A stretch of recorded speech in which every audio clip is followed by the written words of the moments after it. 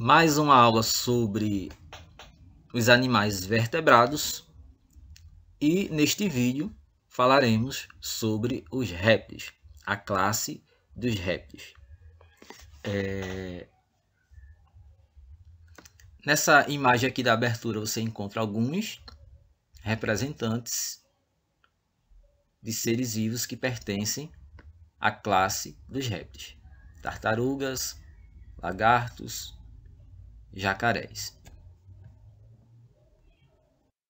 Pessoal, os répteis são aqueles animais que se tornaram independentes dos ambientes aquáticos para se reproduzirem e também para respirarem. Isso porque eles contam com uma respiração pulmonar mais eficiente, ou seja, o pulmão consegue absorver a quantidade de oxigênio necessária para as atividades metabólicas do organismo.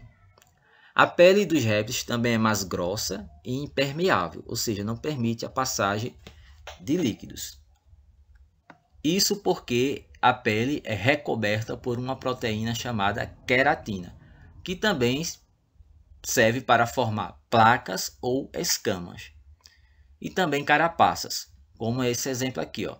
Esses animais aqui apresentam carapaças, esses aqui, ó, escamas, e esses aqui, placas, tudo constituído de queratina. Então, a queratina é uma substância muito importante para a proteção desses animais, para que eles não percam líquido para o ambiente.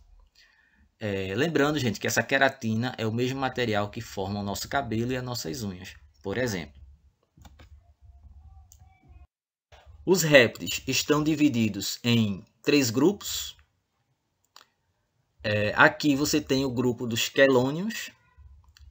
Os quelônios apresentam o corpo recoberto por placas. Uma placa superior chamada carapaça e uma na região ventral chamada de plastrão.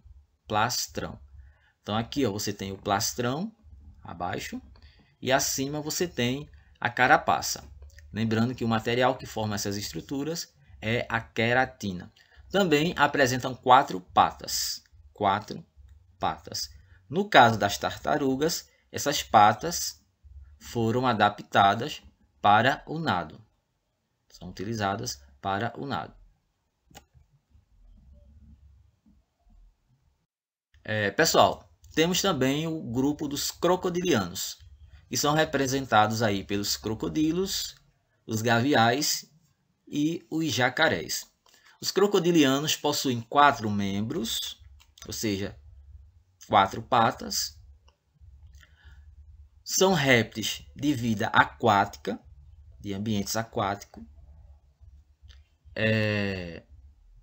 Apresentam o corpo coberto por placas córneas. E, como dito, são os crocodilos, gaviais e jacarés. Mas qual a diferença entre eles? Bem, os aligatorídeos, que são os jacarés, eles apresentam apenas os dentes superiores. Apenas os dentes superiores são visíveis quando ele fecha a boca. Então, ele aqui, ó, o jacaré com a boca fechada, e apenas os dentes superiores aparecem. Então, jacarés. Já os crocodilídeos ou os crocodilos apresentam, ou pode-se ver, os dentes superiores e inferiores quando fecha a boca. Então, mesmo ele fechando a boca, aparecem tanto os dentes superiores quanto os inferiores. Então, crocodilos. Os gavialídeos, esses aqui não existem aqui no Brasil. Em poucas regiões do mundo existem esses animais aqui. Eles, quando fecha a boca, a maioria dos dentes são visíveis. E eles têm o focinho aqui, ó, a parte da boca aqui, mais fina, tá certo? E comprida. Aqui, ó, do crocodilo é mais grossa e curta. E aqui, ó, do jacaré é um pouco mais fina e mais comprida. Então, essas são algumas diferenças entre crocodilos, jacarés e gaviais. Embora eles tenham vida aquática, mas eles saem da água para pôr os ovos em ambientes secos. ao contrário dos anfíbios, que saem de um ambiente onde não tem água para ambientes com água para pôr os ovos. O terceiro grupo aqui de répteis que quero apresentar é o grupo dos escamados, que apresenta o corpo coberto por escamas. Existem dois grupos de escamados: o grupo dos ofídeos, representados pelas serpentes, e o grupo dos lacertídeos, que são os lagartos, as lagartixas e os camaleões. No caso dos ofídeos, não apresentam patas, e os lacertídeos apresentam 4 patas. Então, mas tanto um quanto o outro apresentam escamas recobrindo o corpo.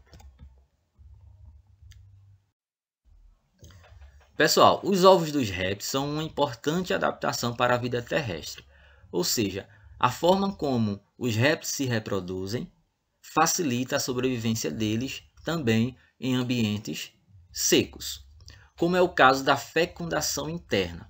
Ou seja, o encontro do espermatozoide com o óvulo acontece dentro do corpo da fêmea. Isso garante a fecundação.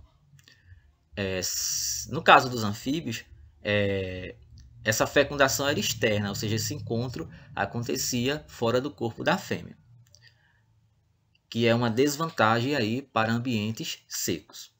Também o desenvolvimento é direto, ou seja, o filhote já nasce, ou seja, já sai de dentro do ovo formado e também semelhante ao adulto. Não precisa passar pela fase larval, como é o caso dos peixes e dos anfíbios.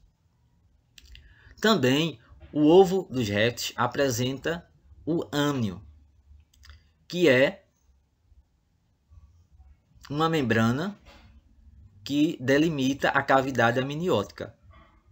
A cavidade amniótica é preenchida, claro, com líquido amniótico e serve para proteger o embrião. Como é o caso aqui, ó, o âmnio, a cavidade, né, que é o espaço formado, e dentro desse espaço vai ter um líquido chamado líquido amniótico, que serve para a proteção aí do embrião. Também vai apresentar o saco vitelínico, aqui, ó, esse saco aqui vitelínico, que vai possuir o vitelo. O vitelo são os nutrientes que vão servir de alimentos para o embrião. Tem também o albúmen, que é esse líquido aqui, ó. E a casca. A casca do ovo dos répteis é formada por um material chamado carbonato de cálcio. Ele permite a troca gasosa entre o meio interno e o meio externo, ou seja, elimina gás carbônico e absorve gás oxigênio. A casca, formada de carbonato de sódio ou de cálcio, melhor falando, permite essas trocas gasosas. Agora só não deixa perder líquido, ok? Em alguns casos o ovo é bem resistente, em outros é um pouco membranoso, é um pouco deformável. Pessoal, aqui temos a anatomia dos répteis. Temos a anatomia interna, ou seja, é a anatomia ou os órgãos, as estruturas internas do corpo do animal. E temos a anatomia externa, que é a parte visível, a parte de fora do corpo do animal. Foram destacadas aqui 3 estruturas.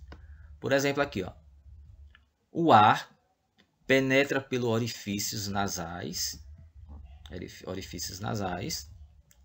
passa pela laringe e chega até a traqueia.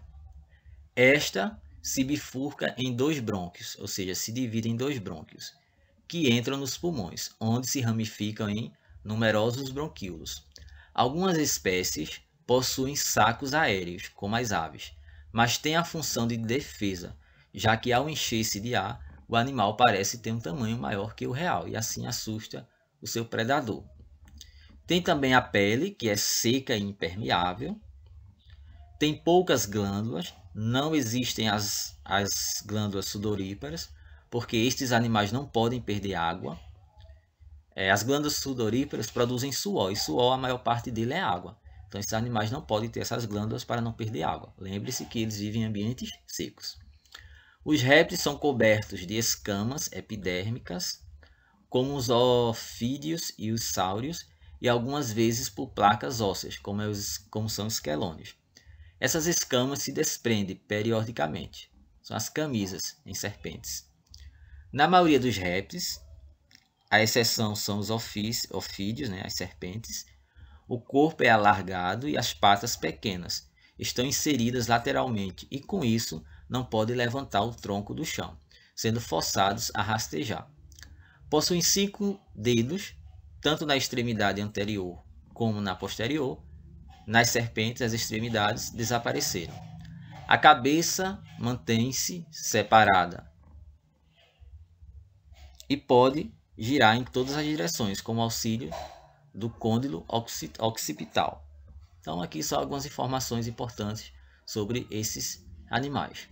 Então, essa foi nossa aula de répteis. É claro que tem muita informação que não é possível colocar aqui nesse vídeo, mas é importante você conhecer a diversidade de répteis e suas principais características, tá certo?